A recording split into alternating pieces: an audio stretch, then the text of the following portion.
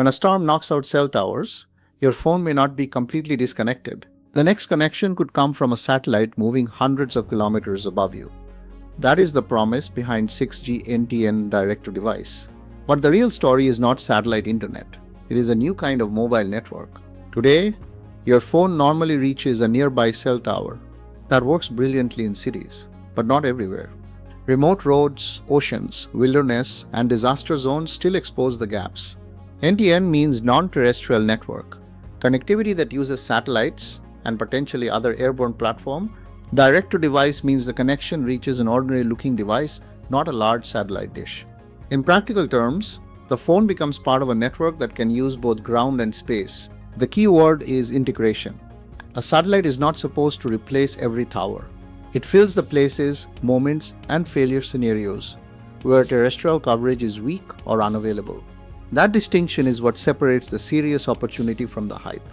So let's break down the system, starting with the three things every satellite-to-phone connection needs: a compatible device, a compatible network, and a satellite with the right coverage and spectrum.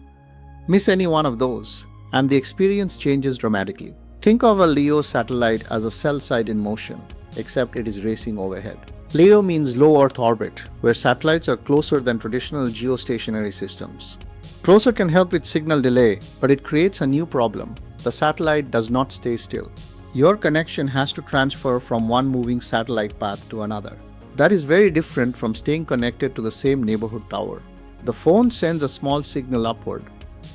The satellite relays that connection through the operator's wider network. Then messages, alerts, location data, or eventually broader services can travel back. The earliest use cases are often modest by design. A check-in message is far easier to support than thousands of people streaming video at once. That is not a weakness, it is the correct first use of a scarce shared resource. And it leads to the question most headlines skip. If satellites can reach almost anywhere, why not use them for everything? Because coverage and capacity are not the same thing. A satellite can illuminate a large area, but the resources inside that beam are shared. More active devices means less capacity per device. That is why emergency messaging is a more realistic early promise than unlimited broadband. Second, the radio path is difficult. A phone has a small antenna and limited power. Trees, buildings, terrain, and even how you hold the phone can affect the link. Third, satellites move fast relative to the ground. The network has to predict coverage, manage handovers, and keep the service stable. And fourth, spectrum and regulation decide what can legally and reliably operate where. So the breakthrough is not simply launching more satellites. It is making terrestrial networks, satellites, devices, and standards work together. That is where 3GPP NTN matters. 3GPP creates common technical foundations so devices and networks can interoperate at scale. But standards alone do not tell us where this will matter first. The answer is not your apartment in a city with excellent 5G. It is where losing a connection has a real cost.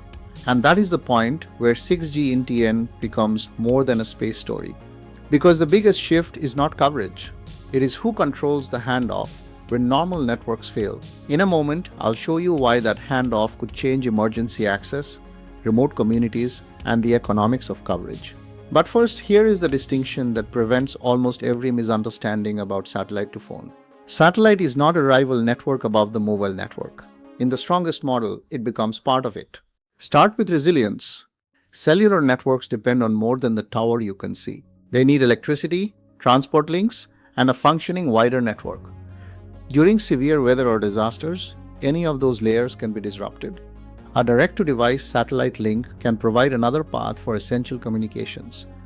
That does not mean every phone suddenly has full broadband. It means a message, a check-in, a location, or an emergency request may still get through. For someone stranded far from a tower, that difference is not technical, it is practical. The network must decide what traffic gets priority when capacity is scarce. That makes policy, emergency service integration, and user expectations just as important as the satellite itself. A service that can send a message but cannot connect to local response workflows has limits. The opportunity is a more resilient communications chain, not a miracle button. And resilience is only the first use case. The second changes how we think about remote coverage altogether. Because in many places, Building a conventional tower is not the first or cheapest answer.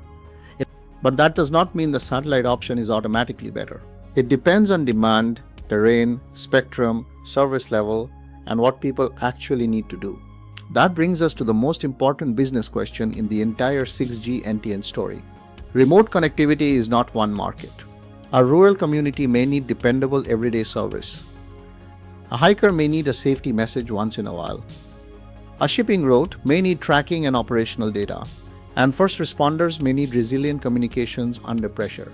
These are different problems, so they need different service designs.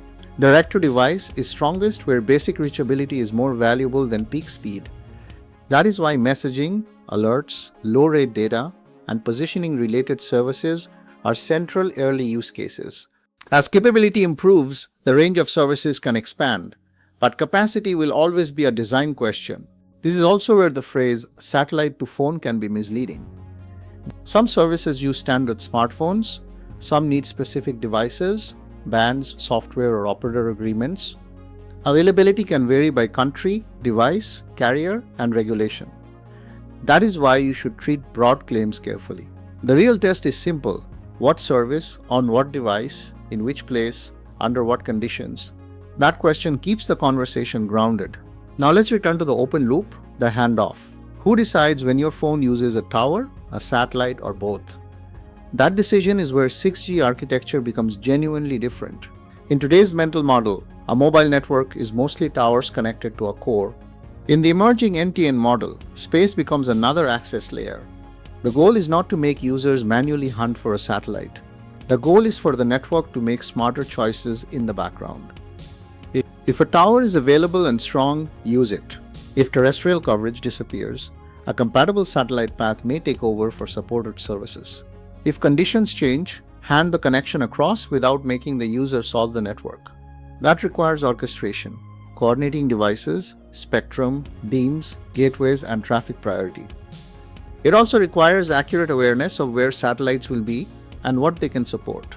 This is one reason 6G discussions often include AI-native network management. The useful idea is not AI in space. It is faster, better network decisions in a system that changes every second. For a viewer, the result should feel simple. The phone works in more places. For the network, it is extremely complex. And that complexity creates the next set of stakes: scale, cost, and trust. Can it scale without disappointing users? Can it be affordable enough to close real gaps? And can it be managed responsibly across borders and emergencies? For 6G NTN Direct-to-Device to become routine, 5 pieces have to mature together. First, devices. Phones need compatible radios, antennas, power management, and software. Second, satellites and ground infrastructure. A satellite service still depends on terrestrial gateways, network cores, and operations. Third, spectrum. The airwaves have to be coordinated so services can coexist without harmful interference. Fourth, standards and roaming. A globally mobile device needs reliable rules across operators and jurisdictions. Fifth, the user experience. People need to know what works, when it works, what it costs, and what to do when it does not. Trust collapses when marketing promises universal connectivity, but the real service is conditional. The strongest companies will explain the limits clearly, because a reliable emergency tech service is valuable, even if it is not a 5G replacement. And that brings us to the final question. Is 6G NTN a future feature or a change in network philosophy? The answer is both, but the philosophy matters more. For decades, coverage meant building outward from towers. Now coverage can increasingly mean coordinating the ground with the sky. That does not eliminate the need for terrestrial networks. Cities, homes, businesses, and high-capacity locations will still depend heavily on them. But it changes what happens at the edge of coverage and during failure. It turns dead zones from permanent assumptions into engineering problems that may have another option. That is the status shift. Cell towers are not disappearing. They are becoming part of a broader, more resilient connectivity fabric. So when you hear satellite to phone, do not ask only whether it replaces your carrier. Ask what service it supports, where it works, and how it integrates with the network you already use.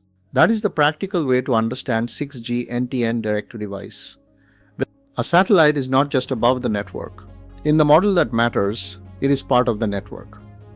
What use case matters most to you? Emergency access, remote coverage, travel, or resilience? Leave your answer below. I rate the comments because the most useful 6G questions come from real coverage problems. And if you want the evidence-based breakdown of 5G, 6G, and advanced networks without the hype, subscribe.